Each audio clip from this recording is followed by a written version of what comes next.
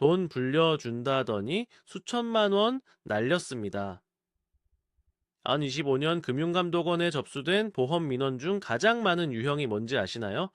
종신보험을 저축보험으로 착각해서 가입했다라는 민원입니다. 70살 A 할머니는 설계사 말만 믿고 5천만 원을 넣었어요. 노후자금 불려준다고 했거든요. 3년 뒤 해약하려고 보니까 돌려받을 수 있는 돈이 3천만 원도 안 됐습니다.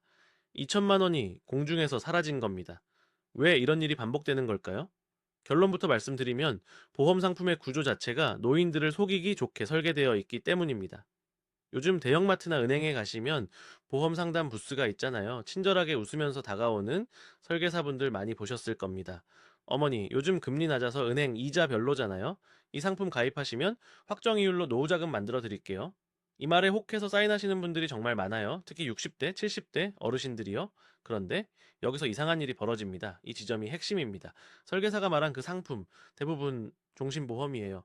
종신보험이 뭘까요?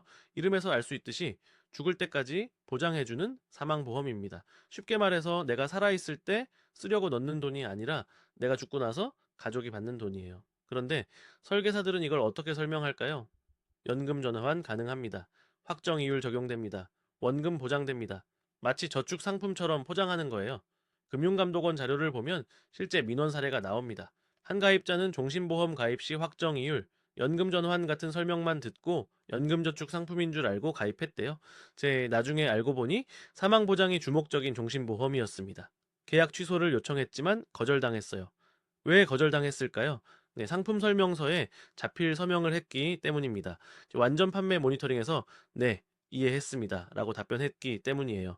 어르신들 입장에서는 뭐가 뭔지도 모르고 설계사가 시키는 대로 서명한 건데 그게 증거가 되어버린 겁니다. 여기서 한 가지 더 알아야 할 게 있어요. 종신보험의 해약환급금 구조입니다. 종신보험에 5천만 원을 넣었다고 해볼게요. 이 돈이 전부 적립되는 게 아닙니다. 여기서 사업비가 빠져요.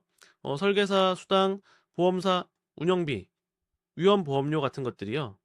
업계 통계에 따르면 저 종신보험의 초기 사업비는 통상 저축성 보험보다 훨씬 높습니다. 가입 초기 몇 년 동안 낸 돈의 상당 부분이 사업비로 빠져나가요. 그래서 3년, 5년 안에 해약하면 원금의 절반도 못 돌려받는 경우가 많습니다. 문제는 어르신들이 이 구조를 모른다는 거예요. 이제 돈 넣으면 좀 불어나는 거 아니야? 라고 생각하시거든요. 은행 적금처럼요. 그런데 보험은 적금이 아닙니다. 이것만이 아닙니다. 두 번째 함정이 있어요. 예, 갱신형 보험의 보험료 폭탄입니다. 갱신형 보험이 뭘까요? 일정 기간마다 보험료가 다시 계산되는 상품이에요. 처음 가입할 때는 보험료가 싸요. 한 달에 5만 원 정도. 어르신들 입장에서는 부담이 없어 보이죠? 그런데 10년, 20년이 지나면 어떻게 될까요? 실제 사례를 볼게요. B 씨는 40대에 갱신형 실손보험에 가입했습니다. 당시 월 보험료는 3만 원이었어요. 20년이 지난 60대가 되니까 보험료가 얼마가 됐을까요? 월 15만 원입니다. 5배가 된 거예요. 왜 이렇게 오를까요? 갱신형 보험은 갱신 시점의 나이를 기준으로 보험료를 다시 계산하거든요. 자, 쉽게 말해서 20대와 60대 중 누가 병원에 더 자주 갈까요? 네, 당연히 60대죠. 그래서 보험료가 올라가는 겁니다. 문제는 가입할 때 이 설명을 제대로 안 해준다는 거예요. 지금 보험료 싸잖아요. 일단 가입하세요. 이 말만 듣고 가입했다가 20년 뒤에 보험료 폭탄을 맞는 겁니다. 은퇴해서 소득이 없는데 월 15만 원씩 내야 해요. 안 내면 보험이 해지되고 그동안 낸 돈은 거의 못 돌려받습니다. 업계에서는 이걸 알면서도 가만히 있어요. 왜냐하면 보험료 폭탄이 터지기까지 10년에서 20년이 걸리거든요. 그때쯤이면은 설계사도 바뀌고 회사도 바뀌고 아무도 책임지지 않습니다. 셋째, 간편보험의 함정입니다. 요즘 TV 광고 많이 보셨죠? 질문 세 가지만 답하면 가입 완료. 이런 거요. 간편보험 또는 유병자 보험이라고 불러요. 고혈압이 있어도 당뇨가 있어도 가입할 수 있다라고 광고합니다. 기존 보험에 가입 못했던 어르신들에게는 정말 반가운 소식처럼 들리죠. 네. 그런데 여기에도 함정이 있습니다. 자, 금융감독원이 2024년에 발표한 간편보험 주요 민원 사례를 보면요. 간편보험은 일반 보험보다 보험료가 비쌉니다. 같은 보장인데 보험료가 20%에서 30%더 높아요. 왜 그럴까요? 유병자? 그러니까 이미 아픈 사람들이 가입하니까 보험사 입장에서는 위험이 크거든요. 그 위험을 보험료에 반영하는 겁니다. 제 더 큰 문제가 있어요. 제 보장 범위가 좁습니다. 일반 보험에서는 보장하는 질병이 간편 보험에서는 보장 안 되는 경우가 많아요. 약관을 꼼꼼히 읽어봐야 하는데 어르신들이 그 작은 글씨를 다 읽기가 어렵잖아요. 자, 결국 쉽게 가입했는데 보험금은 못 받았다 하는 민원이 속출하고 있습니다. 넷째, 자, 치매보험의 보험금 거절 문제입니다. 자, 치매가 점점 늘어나면서 치매보험 가입자도 급증했어요. 2019년 기준으로 377만 건이 넘는 치매보험이 판매됐습니다. 그런데 막상 치매에 걸려서 보험금을 청구하면 어떻게 될까요? 거절당하는 경우가 많습니다. 이유가 뭘까요? 약관에는 중증 치매만 보장한다라고 되어 있거든요. CDR 척도라는 게 있는데 이게 3점 이상이어야 중증 치매로 인정돼요. 그런데 초기 치매나 경증 치매는 CDR 1점에서 2점입니다.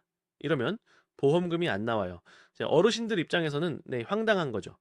치매 진단을 받았는데 왜 치매보험에서 돈이 안 나와?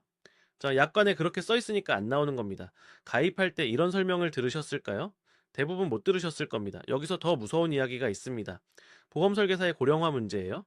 2024년 기준으로 생명보험 전속 설계사 중 60대 이상이 얼마나 될까요? 남성은 19.9%, 여성은 21.2%입니다. 5명 중 1명이 60대 이상이에요. 한국보험연구원 보고서에 따르면 이게 왜 문제가 되냐면요. 보험 상품이 점점 복잡해지고 있거든요. 변액보험, 유니버설 보험, 간편보험, 연금 전환 특약. 자, 이런 용어들을 정확히 이해하고 설명하기가 쉽지 않아요. 고령 설계사가 복잡한 상품을 설명할 때 본인도 완벽히 이해 못하는 경우가 있습니다. 그러면 고령 가입자는 더 이해하기 어렵겠죠? 업계에서는 이걸 불완전 판매 리스크라고 부릅니다. 자, 쉽게 말해서 그냥 제대로 설명 안 하고 파는 거예요. 의도적일 수도 있고 비의도적일 수도 있어요. 어쨌든 피해는 가입자가 봅니다. 지금까지 이야기한 구조들을 정리해 볼게요.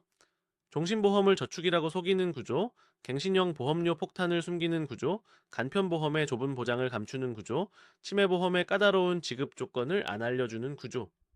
이 모든 구조에서 손해보는 쪽은 정보가 부족한 어르신들이고 이득 보는 쪽은 수당을 챙기는 설계사와 보험사입니다.